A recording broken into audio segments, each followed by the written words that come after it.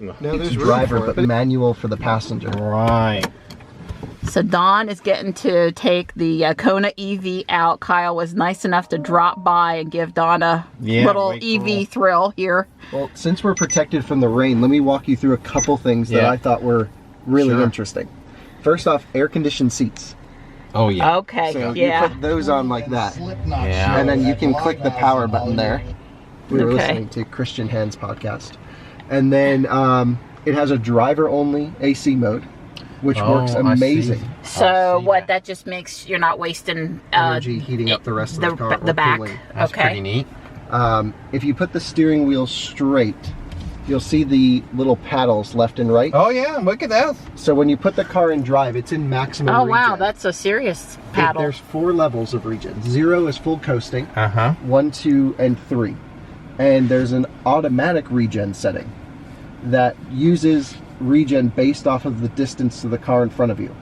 It only works if you're not in 3, because that's just always max. But if you have it on 0 on the highway and traffic is slowing up, it'll go to the maximum regen until you have to touch the brakes. Now on top of all of that, at any point, if you grab and hold the left paddle, like the Chevrolet Bolt, it goes to about 80% of the regen it can do. Right. And then it stops the car. Right, and it will actually hold the car, but it doesn't use the brakes, it uses the motor to hold the car. Right, and I couldn't understand why Tesla didn't use a little bit of reverse torque to stop the car with one pedal driving. So this does that, permanent magnet motor, I believe. Yeah. And then on top of that, if you touch the brake pedal at any point, you'll get even more regen. So like the first 2 or 3 inches of the pedal is regen, and then it'll go to friction brakes. Okay. Now this car does 150 kilowatt peak regen, which is a lot. It's more than any other EV that I can think of. Yeah, ours does fit the gauge shows 50. It peaks at 90 in the X's. Okay, we wondered what it did. We weren't sure. Somewhere low 90s. But this little car, the only time you're using the friction brakes is for emergency braking with that much regen. Really? Because it outputs, so full acceleration is 150 kilowatt. Right. And regen's 150. Which so that motor, so that's why it's so much more efficient in the city than it is on the highway. Wow. Right. Well, you know, Don's been asking for a paddle. Or more regen all the time. Yeah. I will say the pedal mapping is not nearly as smooth as Tesla though, so it's hard to drive smoothly.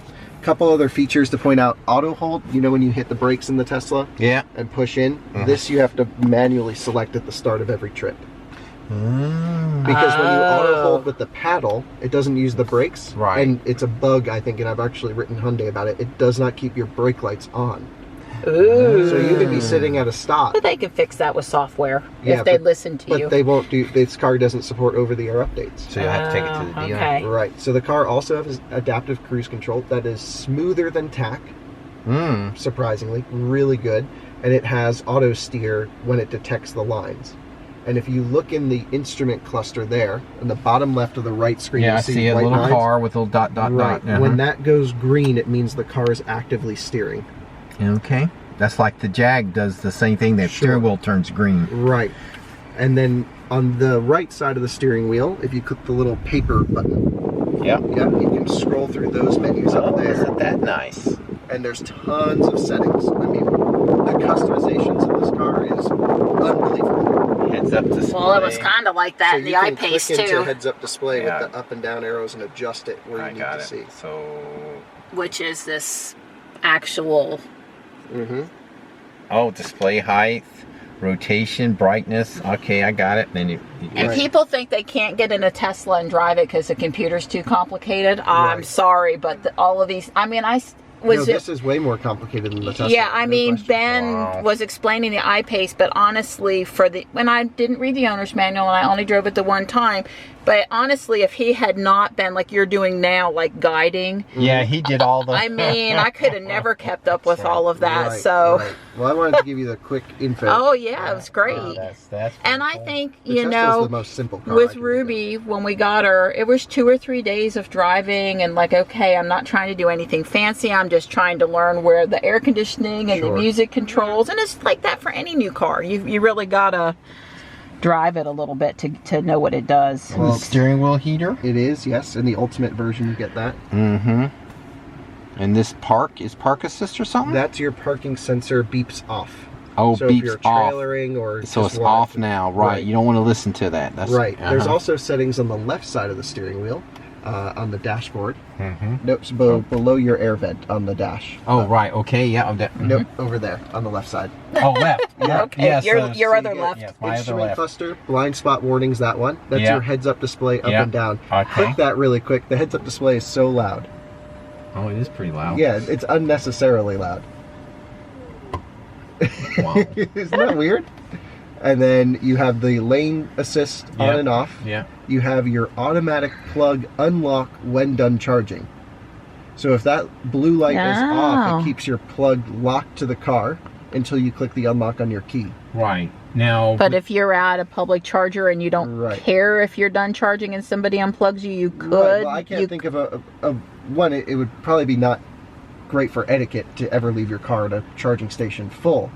But if you do and you put a note in the car or something that says, hey, please unplug me when I'm done, you would click that button. Right. And the cable is detachable. I do that at home if I need to unplug this and plug the smart in. Right. So I kept that. And then you have your traction control buttons. Right. Because kind of an issue over there, there's a button that says stop charging on those. Some of the chargers are... Electrify America, same thing. And you hit... Somebody can just walk... You know, you could be in your... eating dinner, and some smart ass comes by and hits the button and turns off the charging, and so, oh boy. It is an issue that Electrify America, every station has as well. Okay. Yep. So that was one thing I noticed. EVgo, same thing. Interesting. Yeah. I wonder if that's because there is no stop button on the Teslas. No, you can't. Yeah. You can actually stop charging anytime you click the button, but if the car is locked, it will not let you unplug the handle from the car. That's right. Yep. All right. Well, that's, I guess. All right. So let's go. So sorry to kill you with all that info. But no, it's great. It's great. So that's drive. And little gear shifts. It's yellow. You'll hear the auto parking brake. Yeah, I did hear it. Yep, I did hear it. But it uses a parking pin in the transmission, like a traditional gearbox. And there's all right. Oh, okay. Has a parking pawl. Right. Yes, parking pawl. Yes. And it has creep that you cannot turn off. Well, I could tell you, it rolls. It feels like, oh, that must be creep. Yes. That's what I was going to say. God, I just touched it and it was flying. And it's like, I believe it. The creep cannot be, because that's what that was. Because it was powering in reverse. Yeah. Well, we all know how Don feels about creep mode. Yeah, I am not a creep fan. No, I have. Sort of spoils. Oh, I see what you meant about the. Going down that hill, you could tell. There wasn't a lot of regen for the steepness of the hill requires a lot of braking force to hold the speed. So click the star button on the screen really quick. The star button? On the right hand side. I see it. This is a little complicated. Then you click EV in the bottom. Okay. And then this was the only way you see charge percentage, by the way. Okay. All right. So click the percentage. All right. Yep. And then click the range, the top menu there. Right. And then that is where you see how much power everything's taking, which is really cool. Right. So you can keep that up while driving, and at any point you can see if you're regenning and how much. Right. Under the drivetrain tab. And it goes 148 kilowatt is the most I've seen. Right, okay. And if you ever stop with the parking panel. Now this is creep mode. My foot is not on the, and it will all but pull up this hill. Right. That's pretty cool. It's doing quite a bit there. Yeah. I mean, again, my foot is not on the accelerator. It's holding on this hill. And it will regen in reverse, too, which is kind of cool.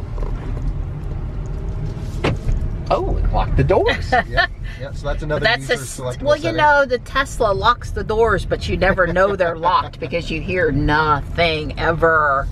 You know, this had the same initial feeling in it that the Jag had. When I got into Jag, it felt like all of a sudden I was back in my GMC or a truck. So the Tesla, especially the S's and X's, use a really wide steering ratio for the first little bit, and then they cut in harder later in the rack. So that must be because that's why. Yes, this uses a fixed steering ratio up until the last 25% of your turning or so. So it's just, that's an old Mercedes steering actually. So the Model 3 doesn't have that S and X vibe. Okay. Well, I guess I could have tested the acceleration pulling out in front of this. Well, anytime you floor it, it's kind of fun. You get a lot of tire squeal. Feel free to use as much as you would like. Yeah, your dad's There's also eco mode and sport mode. So this is just normal, but you can feel the torque steer. Yeah, it does. Yeah. Wow. It's different. But you know, it wasn't. I didn't say it was bad. I said it was a little different. Yeah, I would actually say it's surprisingly quick for the car's intended purpose. Now the steering's feeling a little lighter. Right. Huh. And so there's different modes. Eco mode changes all of the throttle mapping, and then sport mode makes it really kind of fun. And I'm just going to let you know I'm changing it. On the screen, all the dials change as well. Yeah, I found out when I drove with Ben that I like sport mode in the Jaguar. Right. I want it very there's no tight. reason not to drive in sport. I want it really tight. I want it stuck. Stuck where it is. Is how I like it. How much and then pull the paddle. Which one? I pulled it in the left one. And so that's 51 kilowatt there. Well, we weren't going very fast, so that was still quite a lot of regen for only going that speed. Mm-hmm. It's 75 to 80 miles per hour. When you get hard on the brakes is when it goes to 150. That makes sense. Yeah, I personally like a lot of regen all the time. I'll modulate it with my foot. Oh yeah. Tesla, Ruby, I fuss at her all the time because I take my foot off or I kick her out of traffic aware cruise control and she goes into coast mode and she coasts for like 2 seconds. Oh, it's so annoying. It's insane in any Tesla, and this car does the same thing if you come out of cruise as well. Wow. It must be some weird decision from some team. Yeah. But come to a full stop and then put it in sport mode, and then when it's clear, just put your foot to the floor. Yeah. I'm gonna get.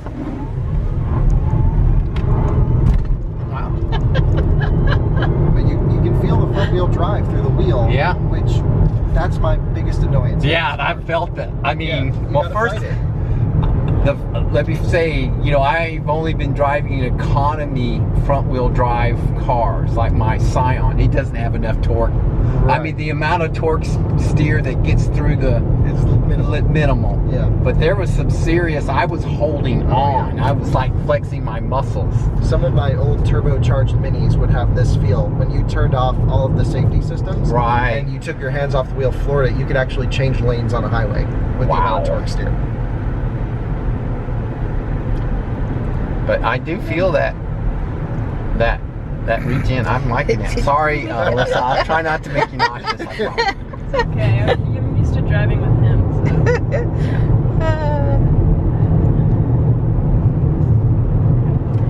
So the question that I had after watching your video that I didn't quite get, and I've only watched it through one time, was, so how much assistance does it really give you for mapping where you're going? Zero. And zero. Okay. Zero, like less than zero. The car has a setting, and there's so many settings. There's a setting in the car that will say it's, I believe, range assistance or something like that for navigation. So you put in your navigation where you can't make it, for example. Right. And the car, all this setting does is it just tells you cannot make it there.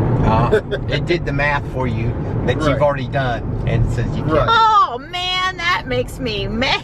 A lot of menus, you can't pair phones while you're driving. Well, it won't let me navigate to an address while I'm driving either. Without voice. Without voice. Right. I don't ever use voice. Neither do I. So anytime you plug in your phone, Android Auto is very good, and Apple CarPlay as well. Right. Okay. So that's all standard. And so the whole time How do I get back to the nice little energy thing?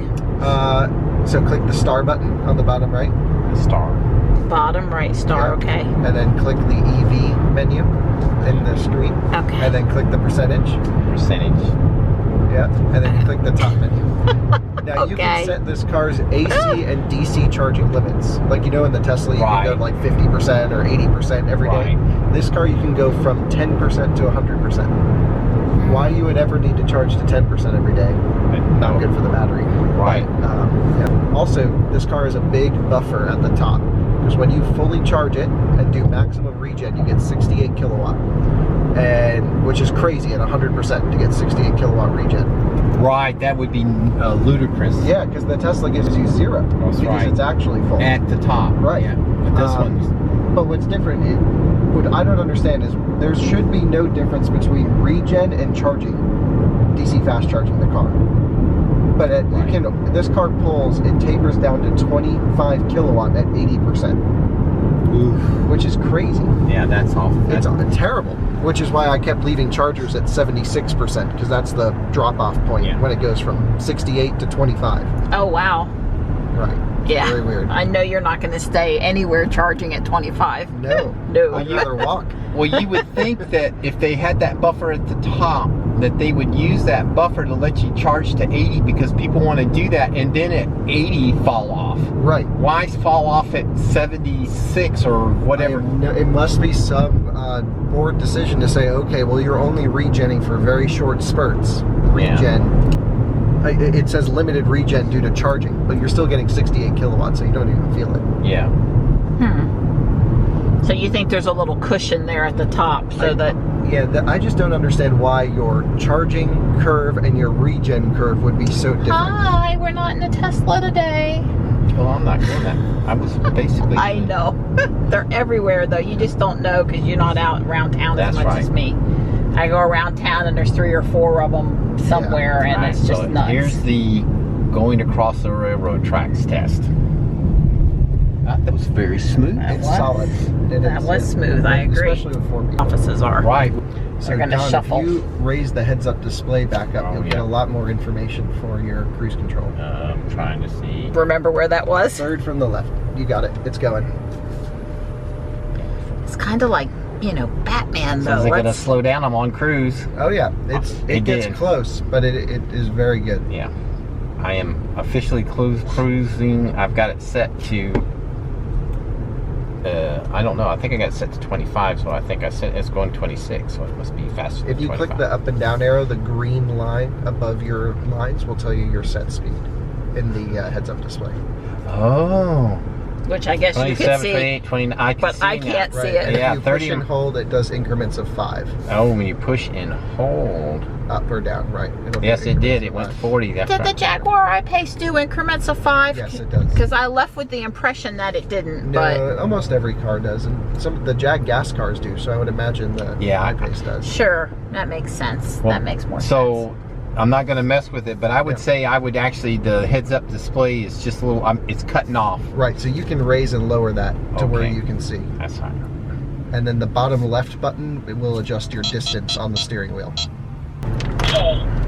Wow, well I would say, well there we go, automatic windshield wipers. Really? They just came on? In the Ultimate version, you have to pay more for that. So the SEL, I think, is the best buy in this trim. Right, and it's 7,000 less, so it's like 40 grand? It's $37,000. Oh, well it's 10 grand less. More or less. So this one's 45, sorry. 45, This one's 45, the base one's 37.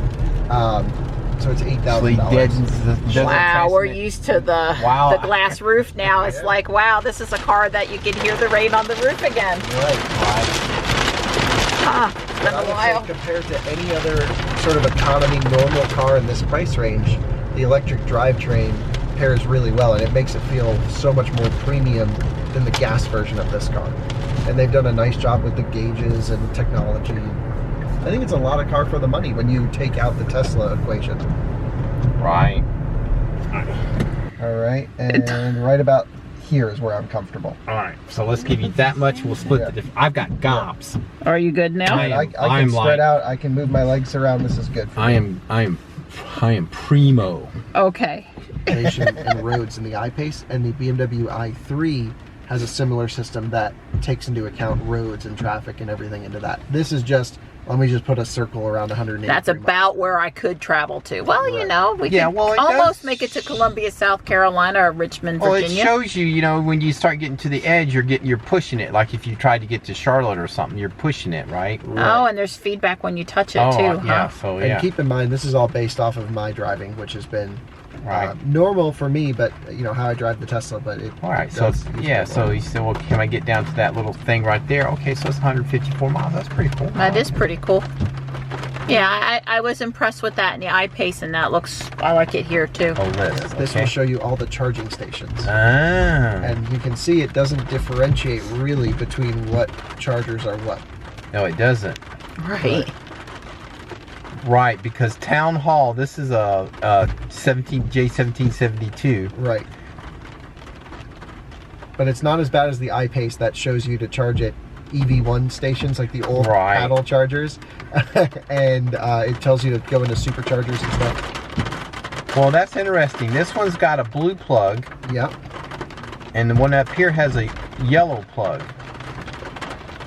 Not sure what that would mean. All right, so this one says Old Raleigh Road. It maybe it's pay. I don't know. Click the little I button. So click that button again. Okay. Yeah, and then click the I next to the phone call. Okay. Yeah, let's see if it. So it says AC chargers 2. So it knows it's an AC slow charger. 3. Yep. Okay. All right, so let's go back. So what database would it be pulling that from? No idea. It's probably Hyundai signed up with some company to get the information from. And it says 2 are in use, so it's getting real-time data from somewhere. Well, we should go by, when we go home, we ought to go by Advent. I mean, that's what, I can't believe there's 2 cars plugged in. All right, maybe this is when they pulled the data 2 cars were using. Right. Yeah, because I've never seen. I mean. Yeah, well, this is just sort of saying, no, this here, that, you know, it's closed. Oh, is it? Well, that's that building I said they're moving the town hall there. Right. Yeah. When Bob Barker closed, they powered that. Well, for a while they just roped it off, and now they're actually powered down. So film from back here? you could for a minute. So I'm driving around now. Don swapped places with me, and it's pouring. It's pouring. Turn on your map light. Isn't that the chinsiest feeling? That is a little, Yeah. yeah. That's like 1996 Dodge Caravan. Eyeglass holder. That's nice though. Yeah, so you could feel wheel spin there. I did, and I really hardly. It's just a touched it. problem with this car in Yeah. particular. It needs different tires. So are these like are they really super efficient tires? So That's my really understanding. Okay. So when you put a real set of tires, your range could go down. Right, but probably worth it, I would think. Oh for yeah. like Well, even accelerating normally, you can't get this car out of its own way when it's raining out. Yeah. But that's the advantage of having range to kind of waste a little bit. Sure. This mean, car is properly battery sized. Right. So that's 178 in the middle of the circle is how much you're pretty charged right now. Yeah, I So think we're at 70% or something like that. Yeah. That's the guesstimeter, right? Right, that's based off of our previous driving history. So in the city, this car gets about 5 miles per kilowatt hour, which is 200 watt hour per mile. But on the highway, it gets 3 miles, which is 333 watt hour per mile. Right. That's where I was. I see I saw it over there at one point. The kilowatts per mile. Right. Yeah. It shows you miles per kilowatt hour, which is just a weird. I mean, I guess it makes sense because people are used to miles per gallon. Come on. Right. And you can test the power at any point when you're pointed straight. So. Yeah, I'm just not really comfortable doing it with the road as wet as it is. You're fine.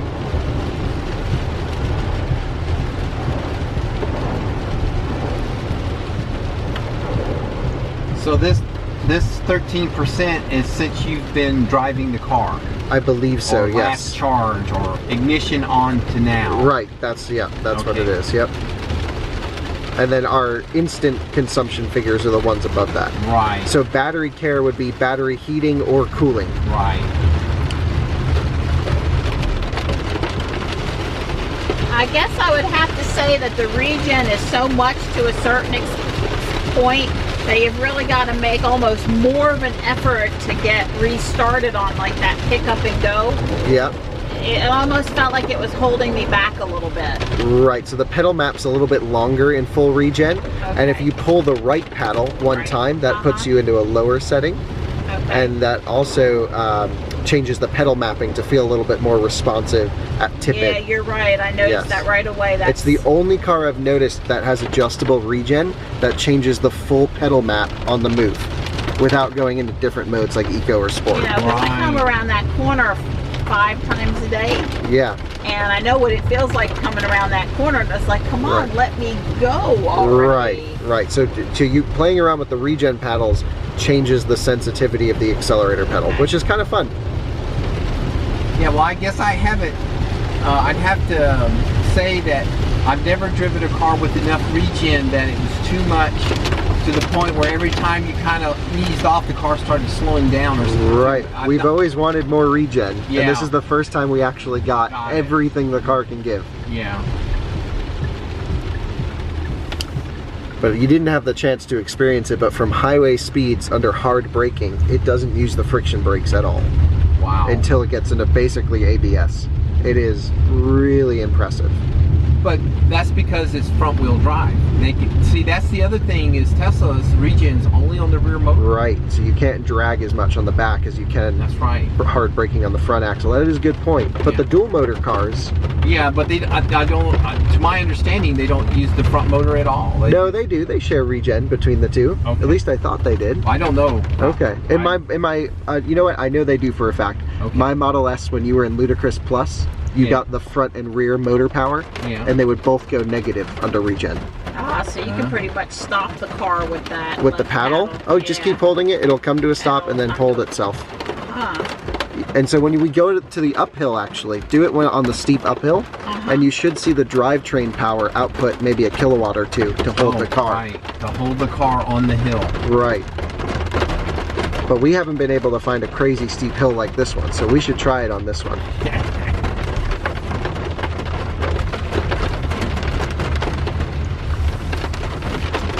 So grab the regen paddle and hold it.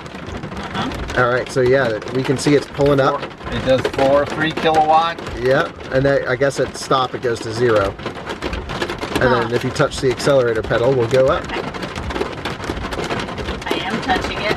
Yeah. Okay. This is a steep portion. Yeah, it takes 15 kilowatts to get up that hill. Well, this is why, if you ever noticed, you know, you're the kind of guy that might would have noticed, when I show the nightly trip thing, I say, oh, I went X number of miles today. Yeah. If you look at the very last trip, like if I stopped at the mailbox or something, it's always very high. 500 watt hours per mile. It's because 600 watt hours per mile. That something hill. Crazy it is because of that hill. Right. All right, park. Oh, that unlocked the doors too. Yep, that's all user selectable when and